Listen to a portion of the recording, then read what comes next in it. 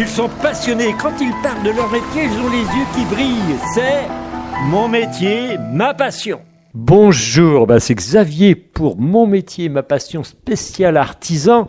Et là, je suis dans un tout petit village, mais il y a beaucoup de maisons tout à fait emblématiques et très jolies, pleines de pierres, etc. Et puis, elle a un nom extrêmement poétique. Ce village, ça s'appelle la Lande aux oiseaux. Et Aurélie, qui est avec moi, Pinsec Landmen, me disait qu'il portait bien son nom parce que le matin, on entend les oiseaux partout, ils nous réveillent avec joie et bonheur. Mais Aurélie, elle ne s'occupe pas des oiseaux du tout.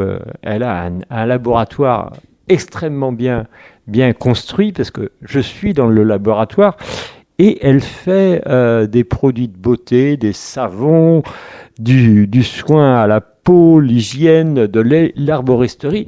Et elle est toute seule à bosser. Donc c'est déjà énorme. Et je voudrais savoir, d'abord, comment s'appelle ton entreprise, comment tu l'as créée, et puis également, comment tu l'as fait évoluer. Oui, alors bonjour et merci d'être ici.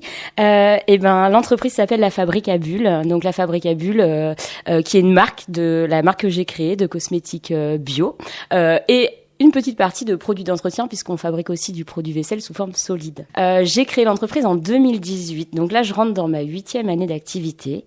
J'ai créé l'entreprise après avoir passé mon doctorat de biologie cellulaire et moléculaire à Rennes, et je me suis rendu compte que cette activité, en fait, elle cochait toutes les cases de ce que j'avais envie de faire, de la créativité, de la science, puisque chaque produit est vraiment réfléchi à l'échelle moléculaire pour avoir le maximum de bienfaits.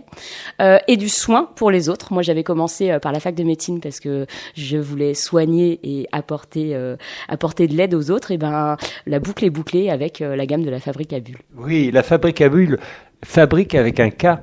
Je le dis quand même pour ceux qui veulent rechercher sur Internet ce lieu magnifique. Alors, d'abord, tu as quand même fait des études très, très pointues pour pouvoir produire des savons, des produits d'hygiène, etc. Et donc, on ne fait pas n'importe quoi quand on fait des produits qui vont sur la peau. Oui, alors on peut fabriquer des cosmétiques sans avoir fait autant d'études. Maintenant, ça, c'est juste mon parcours. Mais effectivement, de toute façon, en cosmétique, on a une réglementation très poussée, une réglementation au niveau européen.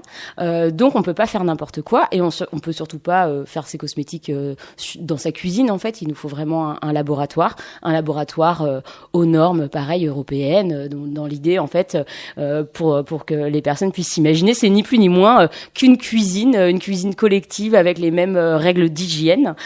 Donc, ça se doit d'être lessivable du sol au plafond, désinfectable quand on doit le faire entre chaque production. Donc voilà. Dans ta cuisine, c'est pas tout à fait les mêmes matériaux que dans une cuisine. Clairement, il y a des machines dont je ne connais absolument pas l'utilisation.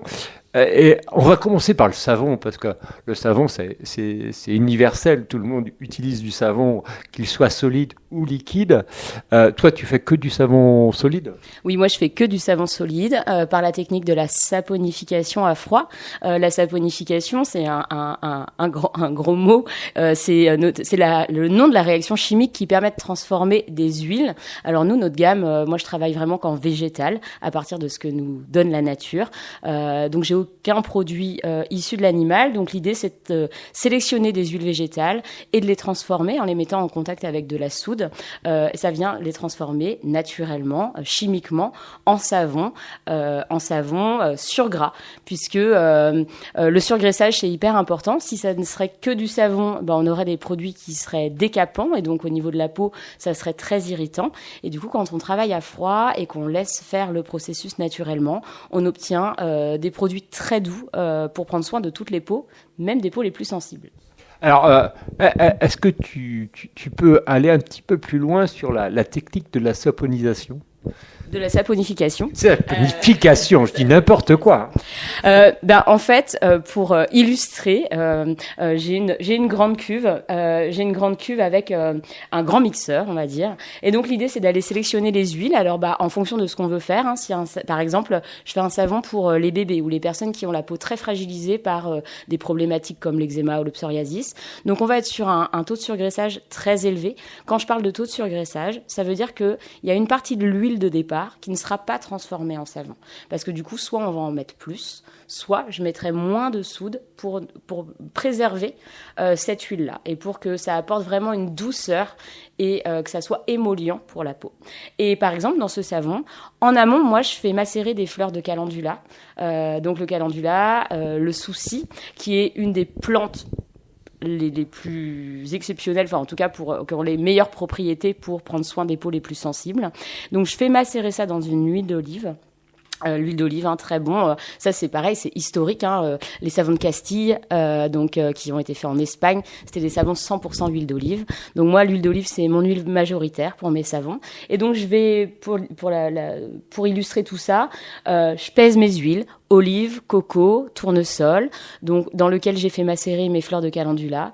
Je pèse ma soude, je les mets au contact et après un gros brassage, en fait, on a la saponification qui commence à se faire. Donc on a vraiment une modification en termes de texture. En fait, les molécules viennent s'entrechoquer et rentrer en contact et c'est vraiment la magie, la magie. Ça n'a rien de magique, mais c'est vraiment la chimie qui amène à une pâte beaucoup plus compacte. Alors, quand on a fini cette étape, le savon est liquide à cette étape-là. Je les moule. Donc, moi, à la Fabrique à Bulles, on utilise 4 moules d'à peu près 10 kilos. Donc, je fabrique en général par 40 kilos.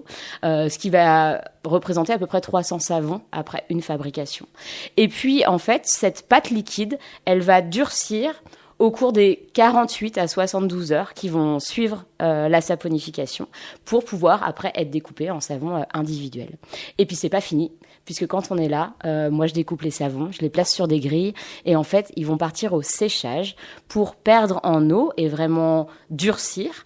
Et donc ça peut durer au moins 2 mois parce qu'avec le taux d'humidité en Bretagne, on n'est pas hyper aidé pour que nos savons sèchent plus rapidement. C'est pas la Provence, quoi. C'est pas la Provence. C'est ça. Alors, si je comprends bien, la soude, c'est ça qui va rendre le liquide en bloc? Oui, alors la soude en chimie, on appelle ça, c'est une base forte.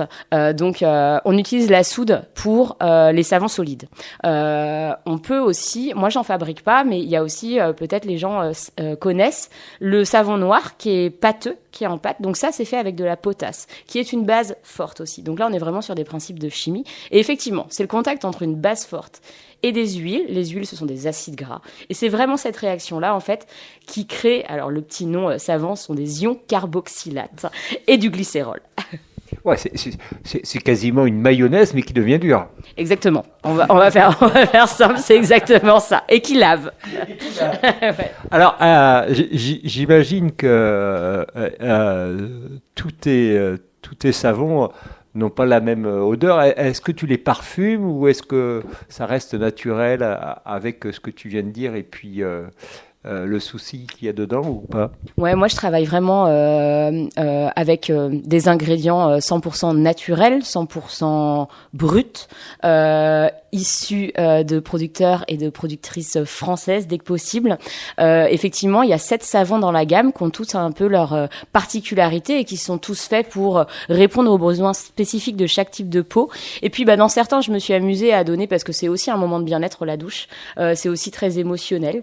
Et du coup, on peut avoir le savon, notamment le savon l'oranger, qui va contenir une synergie d'huile essentielle. Donc là, j'ai travaillé. Alors, je suis pas parfumeur, mais j'ai travaillé un peu avec cette technique d'avoir l'échelle de parfum, et donc dans lequel j'ai mis donc des notes d'orange douce, de bergamote et de patchouli, en essayant de respecter la pyramide sensorielle. Et donc tout ça, c'est issu d'huile essentielle, certifiée bio. Et je travaille avec un producteur des Cévennes. D'accord. Alors, patchouli, ça nous ramène à très loin dans l'histoire, parce que si on se rappelle dans les années 30, 40, 50, les hommes se graissaient les cheveux au patchouli. Et c'est une odeur magnifique, moi j'adore. Et donc, c'est toi qui a voulu mettre en place ce produit en plus, parce que c'est un produit qu'on ne voit presque plus finalement dans les cosmétiques. Oui, moi j'adore. Enfin, moi c'est une odeur que j'adore. Donc, quand j'ai créé la gamme, je crée aussi donc en fonction bien sûr des spécificités, enfin liées à la peau, hein, parce qu'on est vraiment dans une gamme à la limite. Donc c'est une gamme d'hygiène, mais je travaille vraiment pour prendre soin de toutes les peaux.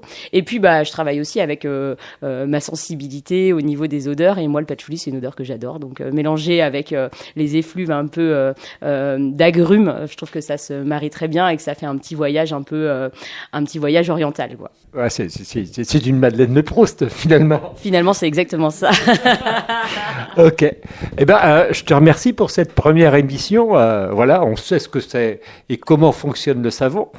Et puis, je vous dis à la semaine prochaine pour une deuxième mission où on va essayer de découvrir un peu les autres produits que tu vas faire et puis les aides que tu donnes aux artisans du coin, puisque je sais aussi que tu proposes d'autres produits que ce que tu fais.